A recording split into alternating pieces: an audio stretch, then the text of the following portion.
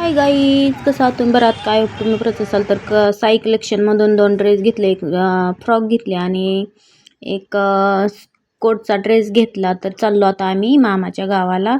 तर video continue करा, त्याच्यानंतरच तुम्हाला समजेल मी कशासाठी चालले आहे. तर जाऊन द्या, सांगूनच टाकते आता.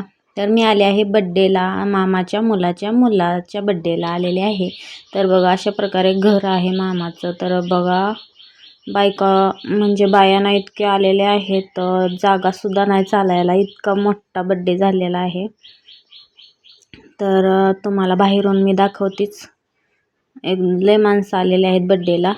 तर बघा, मामी ओवळायला लागलेले आहेत. मुलगा ना दमच काढत नाही, सारखाच रडतोय. म्हणजे माणसं पहिल्यांदाच त्याचा बड्डे असल्यामुळं आत्ता तर 1 वर्षाचा झाला आहे आणि मग बड्डे पहिल्यांदाच असल्यामुळे लय रडतोय. तर बघा, इतक्या बायका आलेल्या आहेत. तर जास्त काय मी व्हिडिओ घेतला नाही. तर आम्हाला यायचं होतं घरी. तर जेवण वगैरे बड्डे वगैरे आता म्हणलं पटपट आवरून घेऊ.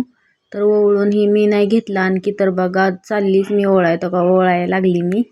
तर रोहननी शूटिंग काढून घेतली. आम्ही 3 जण गेलो होतो बड्डेला. तर बघा, हळद कुंकूसुद्धा लावू दे ना, ओवळूसुद्धा देत नव्हता, इतका रडत होता.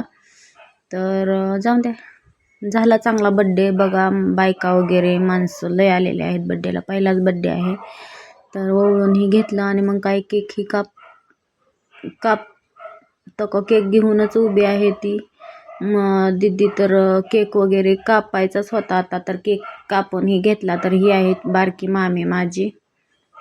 तर बघा, किती आलेले आहेत माणसं, तुम्हाला दाखवते. पहिलाच बड्डे आहे आणि इतकी माणसं आलेले आहेत बड्डेला. तर चला, कसा झाला बड्डे कमेंट करून नक्कीच सांगा आणि लाईक सबस्क्राईब करायला विसरू नका. तर कोण कोण ओळखतं माझ्या मामाच्या मुलाला आणि कार्टन नंबर 2ची कोण पाहुणे रावळे असतील तर नक्कीच कमेंट करून सांगा. तर कमेंट करा. तर बघा, लईच वरडायला लागला. मामीने घेतला मग त्याला आणि मग काय केक वगैरे कापला.